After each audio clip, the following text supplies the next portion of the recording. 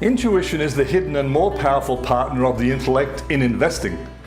A few years ago, I was presenting to a group of bankers at a very palatial headquarters of a major financial institution in Malaysia, which made what followed all the more surprising. Because as I closed down my computer, put away my training manual, a female manager approached me and described that she was working in the bank's stock market division. She said, "I'm investing millions of dollars on behalf of our clients, and over the past 3 years I've made considerable profits for them. As a matter of fact, I've earned several performance bonuses. And where others have suffered and struggled through wrong investments, I've had success each and every quarter. The key difference is that I use my intuition. Sometimes I have dreams that show me where to invest." One night she went on to describe a dream she had about bulls with their heads down.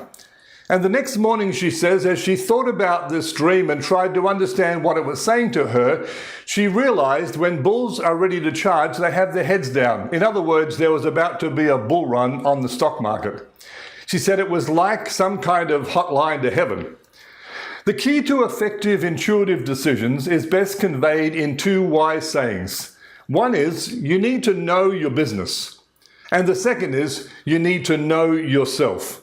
The sweet spot for business decisions is when you both know your business and you know yourself. George Soros is an investor and one of the world's richest men. He has a proven investing thesis which he uses. However, part of this is intuition. Soros says he relies on bodily hints and intuition for clues. For instance, he said that if he gets a backache after entering a trade, he takes it as a sign to close the position. In reading about successful investors, there is often a process which includes researching together with intuition. They search their intuition to see what companies come to top of mind, and then they begin to research for confirmation that they're on the right track. This could be news, potential news, opinion, or data. They may find that nothing comes of this, and yet they still feel a strong intuition.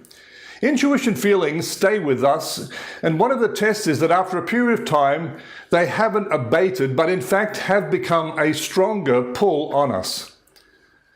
The investor may then begin to zoom their intuition in on certain aspects of the company, such as market exposure, the management, the culture, and especially, are there any dangers?